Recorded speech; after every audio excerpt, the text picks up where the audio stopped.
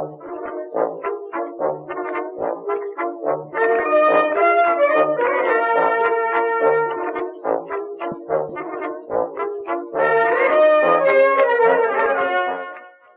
everyone, hola a todos. We are so happy we were given this opportunity to explain our dynamics of a scientist and a designer working hand by hand. We are Greta and Fanny, and we will try to explain what on earth made an ecologist catching spring turtles in Antarctica and a designer making mobile apps get together to visualize data in a variety of forms. 2 years ago, I was finishing my PhD. And maybe some of you know, but that can be quite a stressful time in life. To fight that stress, I decided to represent artistically my PhD. It was interesting because I was able to use it as a cover of the printout of my PhD, and I got to discuss what it meant, what it did not mean, why did I do it, to my colleagues at university. Maybe because I found the experience really enriching, or maybe just my brains melted after finishing my PhD. But 2 months later, I was in front of my peers at university trying to convince them that somehow the figures we create for our manuscripts could maybe one day end up in a museum. In my case, I started advertising under our direction, and afterwards I tried to stay away from advertising. So I saw myself spending the next years in digital studios, making some branding, illustration, but especially designing interfaces and user experiences. I remember in my previous company receiving this briefing to design a new mobile application. It was the app for Neymar, the football player. I worked on it, and then I quit my job. I guess I thought that I could spend my time doing something more meaningful than contributing to make this man even richer. Or maybe I just didn't like football. I don't know. Anyway, it felt like the final straw to make a change in my career and to look for something that could feel as a reward at the end of the day. And that's how I found visuality. That's where we met. It's our current job. And there we try to design tools to make experiences that can have a positive impact in the world. And one of our first, if not our very first project working together is the Half Earth map. The map visualizes global biodiversity on a local scale. The project tries to answer E.O. Wilson's call to action to protect half of the planet in order to safeguard the bulk of biodiversity from extinction.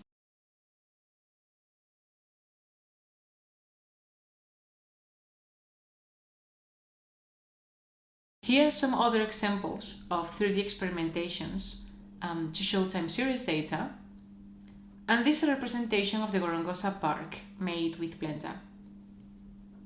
Also, one of our last visualizations is this video about wilderness loss caused by human activity.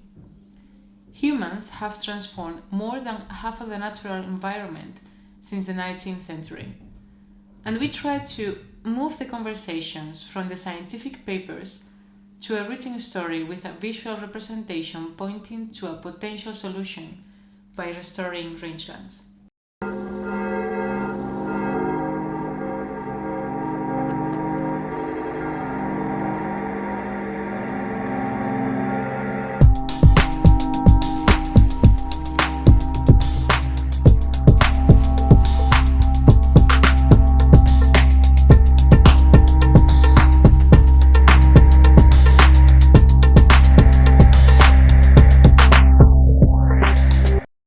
One of my main frustrations as a researcher is to know that every year there are 2 million papers being published.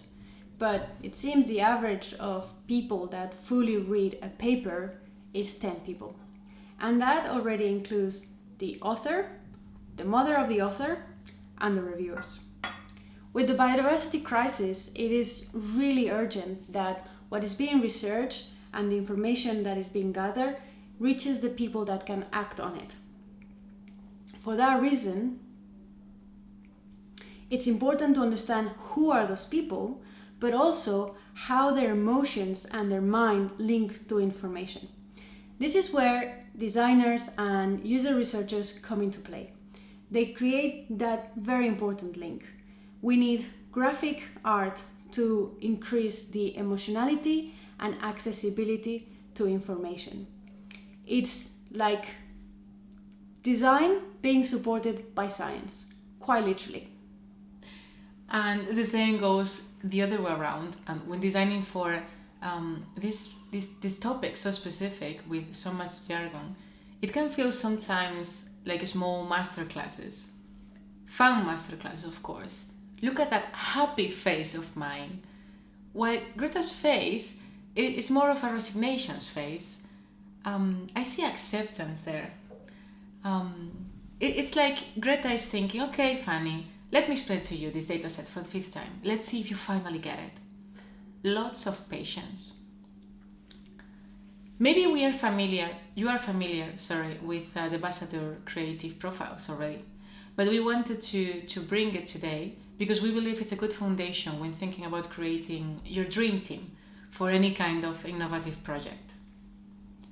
All 4 quadrants, the generator, the conceptualizer, the optimizer, and the implementer, are equally important in the process. And while some teams where each individual are an equal amount of all 4 profiles and really enjoy working together, the teams that have individuals with dominant profiles tend to outperform the other teams, says the research. So basically, if you have someone in your team who's a generator seeking new opportunities, and then you have the biggest implementer making sure that the solution is successfully implemented, and then you have other profiles moving between the conceptualization of those ideas and optimizing them, probably you're pretty good to complete a creative project. In our case, if we had to position ourselves, I feel more comfortable in the 2 first quadrants, the generator and the conceptualizer, and since maybe that doesn't come as a surprise being a designer, I could stay there forever. But then it would probably take me quite a long time to finish any project. In my case, I am so scared of the white canvas and to have to start something that is really helpful to have someone who enjoys it. And at the same time, I really enjoy to figure out how we can create something together. What is the element that we need to add to the project to reach the goal? So it works pretty well. We realized this during the Data Visualization Society Challenge. We had been working together at work, but there are more people involved.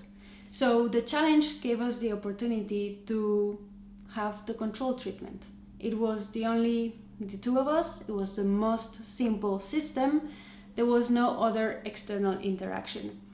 That meant that we could understand at the different stages of the project when is that one of us needed to put a little bit more of effort to support the other one and vice versa, which at the end of the day kind of got the best out of each other.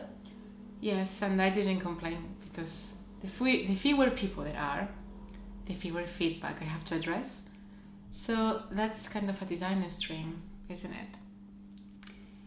We wanted to share with you our current project.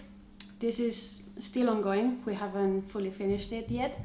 And it started when the lockdown finished in Madrid. As many of you, I can imagine, after 8 weeks of lockdown, what we wanted to do was to meet our friends and to share time with each other.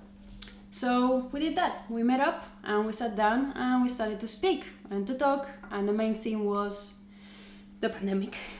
We also realized that other themes that needed some attention, well, at the moment weren't being at the spotlight.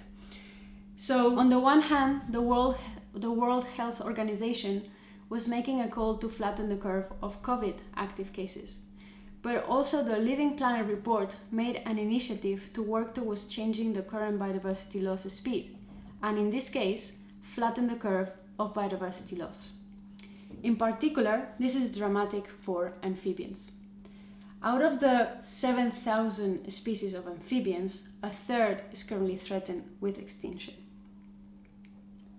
We thought we could use the parallelism between our crisis and the biodiversity crisis to create empathy and be able to share a more powerful message to raise awareness and the fact that our species cannot exist without the rest of biodiversity. When we got together to work on the concept, we acted as the movie The Odd Couple. And only sometimes I was Oscar, the carefree guy on the right, and just basically showing all the stuff we could do with all the data that was available. And while she was so keen on showing everything, I was the guy on the left, horrified with the idea of not discarding any of those data sets or information in order to clarify the message. So Felix with the feather duster, I feel you. Well, as we've mentioned before, we kind of rotate and it's Yes, not we do. always that We the rotate. situation. Anyway, as the project was evolving, we realized that this could be an opportunity to bring data visualization into material, and that could spawn even more emotions. But this is where we figured out that, well, we needed someone who knew how to create a piece of art. And this is where we started to work with Sergio Loeda. We worked on the concept with Sergio, and he proposed the Richter technique. He explained that the technique, and we saw parallelisms between the work of the painter and the work of the conservationist. Recording the process of creating the piece would provide an extra channel to emphasize our message. A video would allow us to give an introduction to some of the challenges conservationists face and one of the threats to frogs. We then needed a filmmaker, and that's when Tom Eiling joined us. In more detail, the creative process started with a key visualization, and this was created with ggplot2 in R.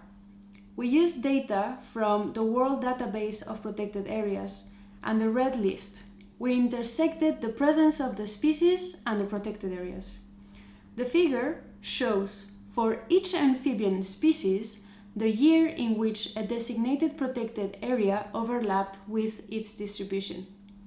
It is actually not possible to extract detailed conclusions from this analysis due to the assumptions, but it was an entry point to then develop key messages supported by peer-reviewed publications. With that main piece, we worked in Miro. So for those that haven't used Miro, it's an online whiteboard for teams to collaborate remotely. Here we started with a divergent phase where we brainstormed and looked for the scientific publications that supported them. And the convergence of ideas was done by taking into account which supplementary data was available and the key messages we wanted to highlight. We made some infographics showing the deadly disease that has resulted in the extinction of 12 species of amphibians already. The chytridiomycosis represents the greatest recorded loss of biodiversity attributed to a disease. And here are some insights on how it's distributed globally and how it affects the amphibian's body. And like Greta said before, we are still wrapping it up, so hopefully we can share some more details about the project with you soon.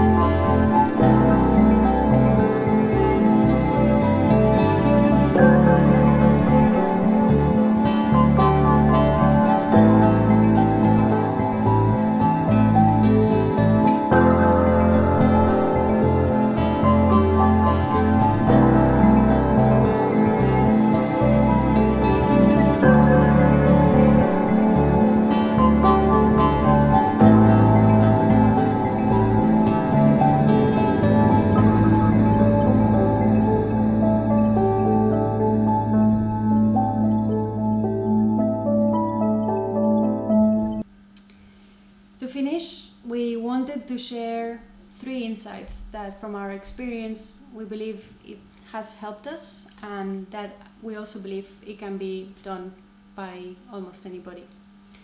The first one is, if you are someone more like me that their studies are on science, mathematics or others, if you get the chance, go and walk through art. And that can be to go to a museum or a gallery, or get in touch with an artist to visit their studio, or maybe it can just be street art. And as you walk through it, maybe you can think of what is that is catching your attention, and when it does, what it is making you feel. And the second tip, it's to figure out your weaknesses and the strengths, and go to find a complementary team, taking into account that ego can be the worst thing of a scientist. Of a designer. Well, we decided on that one that we agree to disagree. Yes. So finally, the last one is to read and learn, maybe also through podcasts, about the problems that are around us. And that should help you understand what is that is happening, and see how your skills can help the cause to increase awareness. And that's the end of our talk. Thank you again for giving us this opportunity to share our small experiences working together in data visualization. And we are here if you have any questions. So until then, see you soon. Ciao. Ciao, ciao.